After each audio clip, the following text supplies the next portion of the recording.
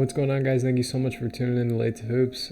Just want to say before we hop into this video, thank you so much for the support recently. I have not posted obviously in 5 or 6 days. As you can hear in my voice, I'm just getting over C19. I would say the full name, but YouTube doesn't really like when you say that. I just want to thank you guys from the bottom of my heart for the support you've been showing.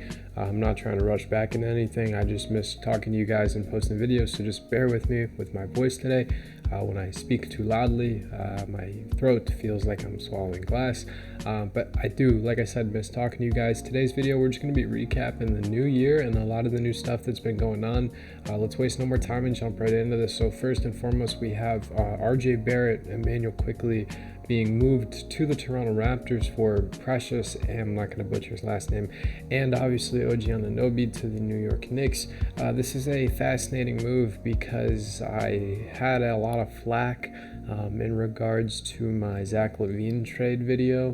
People saying, Emmanuel Quickley, I don't want to move him, let's just take him off the bench and insert him in the starting lineup. Or they were saying RJ Barrett I was saying RJ Barrett and or Emmanuel Quickley for the likes of Zach LaVine, not both. And then they ended up trading both of them for obviously OG. So obviously this Knicks team they're kind of hedging their bets. They're doubling down on the Thibs system. A lot of Knicks fans, from what I've read on Twitter and I've had nothing but time with what's going on with my health, so I've been listening to a lot of different podcasts, and one of the things I've been listening to from Knicks fans is that they are very unhappy with the quote-unquote outdated system that they have going on in New York. But it seems like they're doubling down on it. If you were going for someone like Zach LaVine, you'd be trying to broaden your scoring horizons a little bit, score in transition a little bit more. That's kind of what Quickley was already doing with this roster.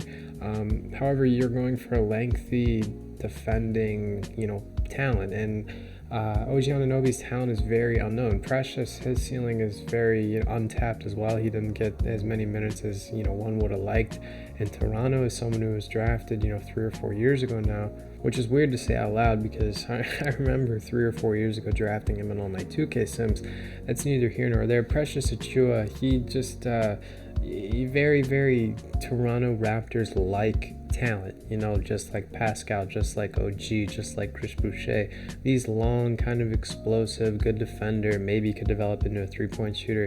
As for OG Anunoby, though, his potential is very confusing because on the defensive side, he's already shown he could be a Defensive Player of the Year candidate, maybe even winner one day if he was, in a system like the Timberwolves or like the Bucks, where Giannis and Rudy win because they're the best defensive player on the best defensive team.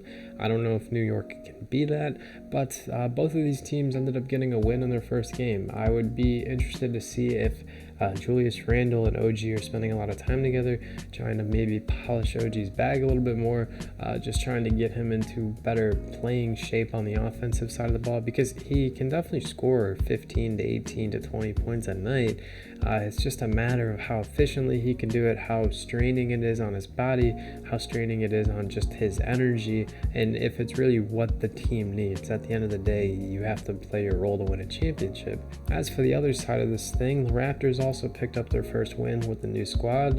Quickley and RJ both shot, relatively efficiently, and I believe Quickley had 15 points and RJ had 19. I'm just kind of going off the top of the head of this video, but they looked good. RJ looked very comfortable. Canada kid, he's happy he's home. In the presser that I watched, he seemed a little uneasy about the trade, but he seemed happy about the destination. With people like RJ, I feel like for the last couple of years we've been saying over and over and over again that, guys, let's just hit the reset button. There comes a time with these talents. You look at guys like Ben Simmons, you look at guys like people for some reason say Zion Williamson. These guys, they get into a rhythm, they do a little good, they have flashes of potential, and then we instantly say, we're not going to give up on them, but we need to see him in a new position. And that might be the case for RJ. I usually do not like that argument. I'm usually not a big fan of that argument. But in this case, I think it really does fit. RJ is definitely more of an offensive-sided or minded player, and Thibs, defensive-minded coach. Darko out in Toronto is a much, much more offensive-minded coach, and he's also a rookie coach. I think he's going to be able to show Quickley and RJ a lot of things, and I'm very excited to see what Toronto has next. Now, obviously, this begs the question of, is Pascal Siakam going to move? I'm not going to speculate too much on that, but I don't want to sit here and say my sources, but my my internal thoughts would point to yes. In other news, the Detroit Pistons snapped their losing streak. Cade Cunningham has been absolutely brilliant the last month. The Pistons have not. It's very, very upsetting. I think Cade said it himself that they are not, 28 losses in a row bad, or I think he said that when they were at 25 or 26 in a row. I agree. I mean, on paper, the team, it's not terrible. Alec Burks is a good, popcorn guy off the bench. Bojan is one of the best shooters to have in your roster. Cade is phenomenal. Isaiah Stewart and Jaden Duren look very, very solid most nights. And then you obviously have Jaden Ivey. Killian Hayes is whatever you call Killian Hayes. I'm not saying they're a 20 or a 30 win team, but 2-28 or 2-26, that is just completely god-awful. Not really sure how I feel about the Pistons, but I guess there's not really much feeling to say. Oh, I forgot to mention Ausar Thompson. I noticed Monty has been taking him in and out of the starting lineup, which I'm not a big fan of. I feel like, especially while they're as terrible as they are, you should be giving Ausar as many minutes as the kid can stomach, because I love watching him, and it may sound selfish, hey, this guy likes watching him, so they should play him. Well, if a lot more people paid attention to Pistons games, then they would like watching him too.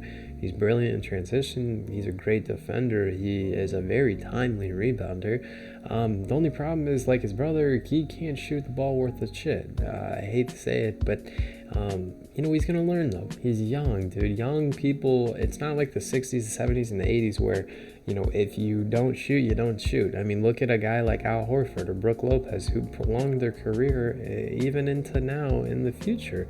These guys are 36, 37 years old, and they're playing the best basketball of their career because they learned how to shoot the ball. In other recent news, the last thing we'll touch on is the MVP conversation. Joel Embiid's missing a lot of games. I'm not really sure if I just made a video on that a couple weeks ago, and I said that as of right now he was my favorite, but he's missing a lot of games, and it would suck for him to get disqualified. Shea is moving up vigorously in the rankings, and Nikola Jokic is continuing to ball out as he does. The only thing I really want to say about this Shea thing is that I feel like Shea Gilgeous-Alexander is the difference between him and Embiid when we're talking about like narrative, and the MVP, in my opinion, is a very narrative-driven award. If you look at the box plus minus with Shea on the floor and the efficiency of the team with Shea on the floor, and then the defensive ability with Shea on the floor, and then you take him off, it's night and day. But when you look at Joel, I think it's a 0.5 difference. I think it's a plus 13.2 and then a plus 13.7 when he's on versus when he's off. So that's just a testimony to how great Tyrese Maxey is. But the glass half full of that, or glass half empty, I guess, of that would be that because Tyrese is so good, Joel's assist numbers are up, which is very, very great for his case. What do you guys make of this? Sorry for my voice again in this video. Hope y'all enjoy. Hope you guys are staying safe and healthy going into this new year, and I hope this new year brings whatever you want and more. Love you guys. Peace.